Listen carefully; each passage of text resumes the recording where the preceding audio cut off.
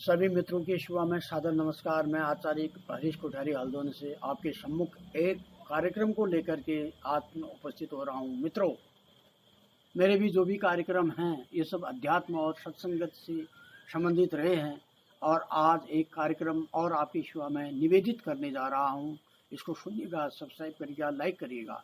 अपने जीवन में देखिएगा कि मनुष्य की वास्तविकता क्या है, संत पुरुषों का क्या योगदान रहता है समाज के प्रति और उनकी आध्यात्मिक शक्ति से समाज का क्या विकास हो सकता है, क्या भला हो सकता है। तो इसको आप मनन करें, अध्ययन करें। मित्रों, एक संत नाम जिनका था कंवर राम नाम के एक संत थे। वो बड़े सिद्ध पुरुष थे। भगवत भक्ति उनका मिशन था। ईश्वर की उपासना करते थे, लोक कल्याणकारी काम करते थे। और डहरकी नामक एक स्थान में जो गांव था, वहाँ एक बार उनने अपना मुकाम लगाया था और वहाँ सत्संग और प्रवचन का उनका कार्यक्रम था।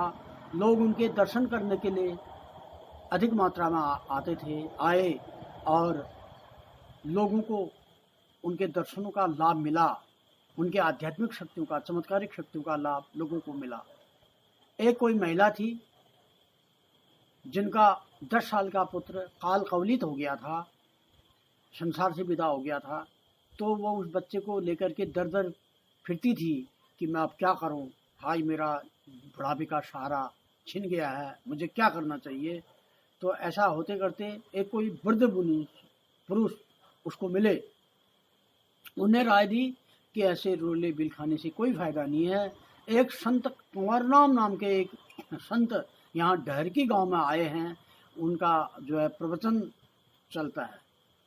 उनकी विशेषता ये है कि प्रत्येक व्यक्ति को वो आशीर्वाद देते हैं और नन्हे बच्चों के कान में शंख लगा के वो कुछ मंत्र फूंकते हैं।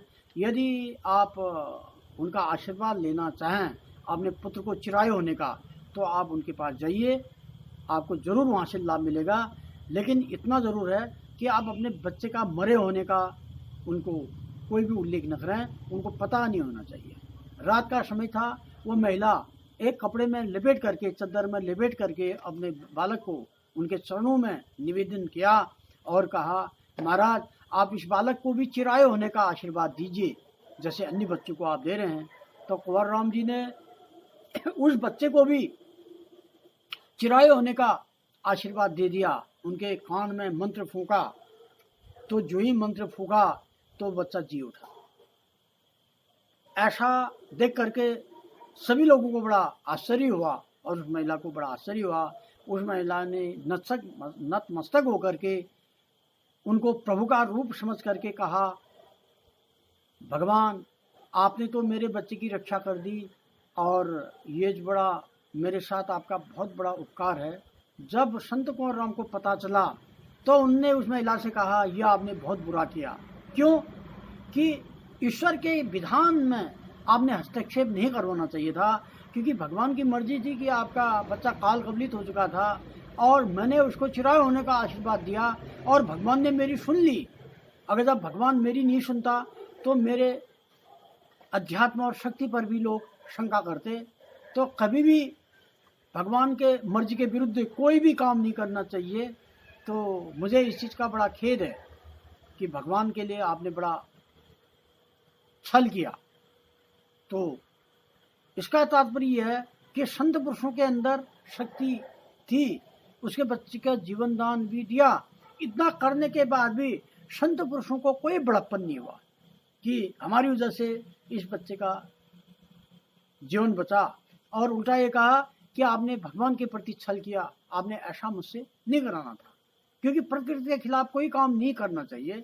ईश्वर प्रकृति है, तो कभी भी संत पुरुषों का निरादर नहीं करना चाहिए। न जाने किस वेश में आपको भगवान मिल जाएं। तो जितने भी संत पुरुष हैं, इन्होंने अपनी शक्तियों से समाज का कल्याण किया। संत उसी को कहते हैं जो दूसरे के लिए जीता है। वृक्ष संत हैं, पर्वत संत हैं, बड़े बड़े तीर्थ संत हैं, बड़े बड़े परोपकारी पुरुष संत हैं।